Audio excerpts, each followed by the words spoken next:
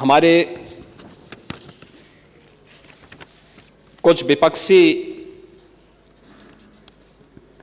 दलों से जुड़ी हुई राज्य सरकारों के भी नेता प्रयागराज महाकुंभ में आए थे और उन्हीं में हैं उनमें डिप्टी सीएम कर्नाटक। उन्होंने लिखा कि इस पवित्र आयोजन के लिए सभी आयोजकों को धन्यवाद। यह किसी के भी जीवन का एक ऐतिहासिक क्षण है। सरकार ने यहाँ आए करोड़ों लोगों के लिए जो व्यवस्था की है यह कोई छोटा काम नहीं है। सरकार ने अच्छा काम किया है। मैं महाकुंभ का हिस्सा बनकर के बहुत खुश हूँ। उत्तर प्रदेश सरकार के वरिष्ठ मंत्री मुझसे मिलने बेंगलोर आए थे। उन्होंने मुझे महाकुंभ में शामिल होने का निमंत्रण दिया। मेरे लिए शानदार अनुभव था। खन्ना जी ही गए थे। महोदय, इसमें बहुत सारी सक्सेस स्टोरी भी देखने को मिली थी और उसमें आर्थिक पक्ष के बारे में, महाकुंभ के आर्थिक पक्ष के बारे में इसको लेकर के अनेक बातें सामने आई हैं और खासतौर पर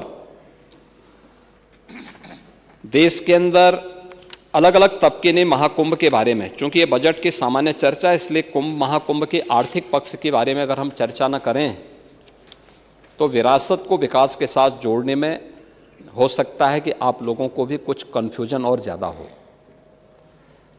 इसलिए उस विरासत को जो आदरणीय प्रधानमंत्री जी ने 2019 में काशी विश्वनाथ धाम से प्रारंभ किया था, 2020 में अयोध्या में से राम जन्मभूमि पर राम मंदिर के शिलान्यास के बाद आगे बढ़ा, प्रयागराज महाकुंभ उसका एक चरम उत्कर्ष रूप के रूप में देश और दुनिया के सामने आया है।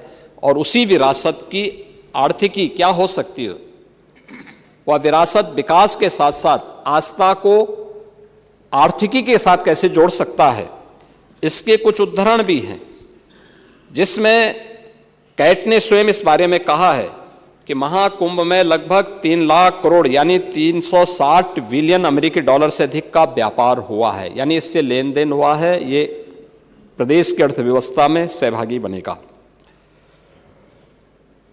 महाकुंभ 2025 प्रदेश की अर्थव्यवस्था को 3.5 लाख करोड़ का लाभ इससे मिलने का अनुमान है और प्रयागराज और आसपास के जनपदों को इसका प्रत्यक्ष और अप्रत्यक्ष लाभ प्राप्त हुआ है।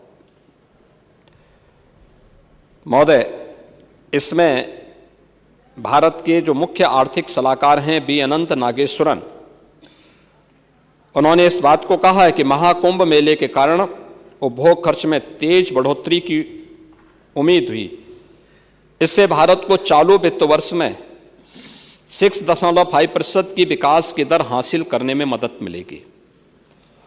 और इस मामले में जो विभिन्न अन्य क्षेत्रों में जो विभिन्न प्रकार के अनुमान लगाए गए विभिन्न आर्थिक विशेषज्ञों ने कि किस किस सेक्टर में कितना अधिक उससे आर्थिक लाभ हुआ है या उससे आने की संभावना है। होटल उद्योग में 40,000 करोड़ का, खाने पीने अन्य दैनिक उपयोग में प्रयोग होने वाली वस्तुओं में 33,000 करोड़ का, परिवहन में 1.5 लाख करोड़ का, पूजन सामग्री में 20,000 करोड़ का, दान आदि में 660 करोड़ का, टोल टैक्सेस में 300 करोड़ का और अन्य में लगभग 66,000 करोड़ का, कुल 3,960 करोड़ रुपए का अधिक का इससे आर्थिक समृद्धि इसके माध्यम से प्रदेश को प्राप्त होने वाला है और इसके माध्यम से